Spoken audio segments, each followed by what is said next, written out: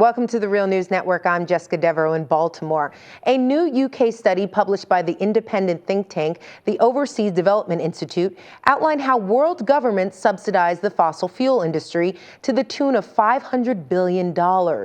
They also looked at the impact of these subsidies on the environment. With us to discuss this groundbreaking study, Time to Change the Game, Fossil Fuel Subsidies and Climate, is the author, Sheila Whitley, who is a research fellow at ODI. Thanks for being with us, Sheila. Thanks for having me. So, Sheila, we have this 12-day UN Convention on Climate Change happening in Warsaw right now. And right now, there's nothing on the agenda really discussing governmental subsidies to the fossil fuel industry worldwide. Can you give us a brief breakdown of who the biggest players are and which companies get the biggest subsidies and from which governments? Sure. I mean, the data that we have available is at a global level. So we have very good information in terms of subsidies, as you've said, and that they add up to almost $500 billion, where they did in 2011. The easiest way to think about these fossil fuel subsidies in terms of how they're broken down is that they are subsidies both to consumers of fossil fuels, so users of fossil fuels, including companies and industry, and also producers of fossil fuels. And they're broken down across those two categories in another two ways, which is in terms of the fact that they either are government expenditure, so public government money being spent on subsidies directly, or in the form of tax breaks, either to users or producers of fossil fuels. Okay, and can you name some of these governments and companies? Well, the challenge with fossil fuel subsidies is that we don't have good information that's comparable on a country-by-country basis, but we have sort of two big sets of information that I can talk about. So information about developed or rich countries, and then information about developing countries. When we look at the rich countries, what we find is that the biggest subsidizers are countries like Russia, the United States, Germany, and the United Kingdom. And in terms of developing countries, most of the subsidies are in countries in the Middle East and include countries such as Saudi Arabia and Iran, but also China and India are big providers of fossil fuel subsidies. All right. And also in your study, you outlined that, quote, for every $6 U.S. spent on fossil fuel subsidies in 2011, only $1 of U.S. support went to renewable energy. Some would say that subsidizing the fossil fuel industry is a more effective way to stimulate the economy, and that renewable energy industry just can't compete in terms of job creation, for example. What would be your response to that? Well, I think what's important to note is the scale of these fossil fuel subsidies. So fossil fuel subsidies have been, on the order of $500 billion. This is a huge amount of money that's going to support the production and use of fossil fuel energy. At the moment, that doesn't create a level playing field in any way for renewable energy or energy efficiency. What it leads is to increased consumption of energy and also creates disincentives for the production of clean energy.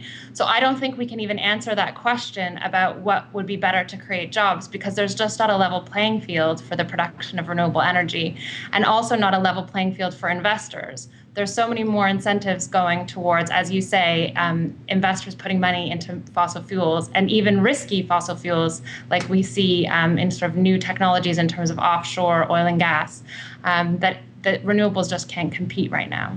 And there are also some surprising facts that you raise in your study. And one of the more surprising ones, at least for me, is that Venezuela subsidizes their oil industry.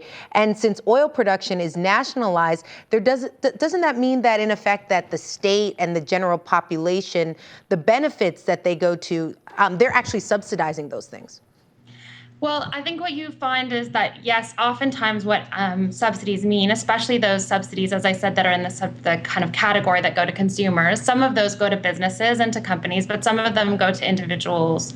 Even in the UK, we have tax breaks, which mean that our energy is cheaper. So those subsidies do provide incentives for increased use of energy. I think it's really interesting that you raise Venezuela as an example, because one of the things we highlight in the report is that Venezuela spends spends almost double on fossil fuel subsidies than it does on health. So I think the real question is, what types of subsidies should be in place and what types of incentives should be in place? Should governments be spending money on supporting the use of high carbon energy, especially in the context of dangerous climate change, or should they be spending that money on healthcare and education for the public? And I think the main obstacle that we see right now is that most people don't even know where this money is going. And I think it's, for the people of each country and for the government of each country to make decisions about what activities they want to be supporting and what activities they don't want to be supporting. Sheila, you raised some really interesting points. Can you outline more of your recommendations from your study? For example, do you recommend that we do a carbon tax? How would this all work out? Sure. Our study has really specific recommendations. And I think another fact that's sort of less well known is that the G20 countries have already committed to phase out inefficient fossil fuel subsidies. So that group of governments, which are amongst the wealthiest and most powerful countries in the world, have already committed to phase out fossil fuel subsidies. What they haven't done is set a timeline for phase out, and they haven't even agreed on a definition of what an inefficient fossil fuel subsidy is. So what we're calling for is fairly simple, is that they set a timeline for phasing out fossil fuel subsidies, and we've proposed a timeline of 2020 so that the G20 would have a phase out by 2020. And what we also propose is that there's support for less developed countries through this group, so to help them to phase out their fossil fuel subsidies.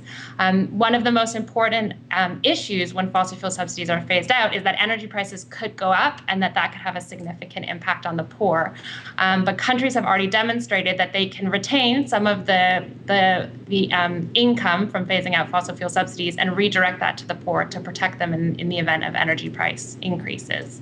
And what's been found is that if these governments phase out fossil fuel subsidies, that can have a very significant impact on reducing emissions of greenhouse gas emissions. And that's really important in the near term because we're not likely to get an international agreement on climate change until 2020. All right, Sheila Whitley, thank you so much for joining us.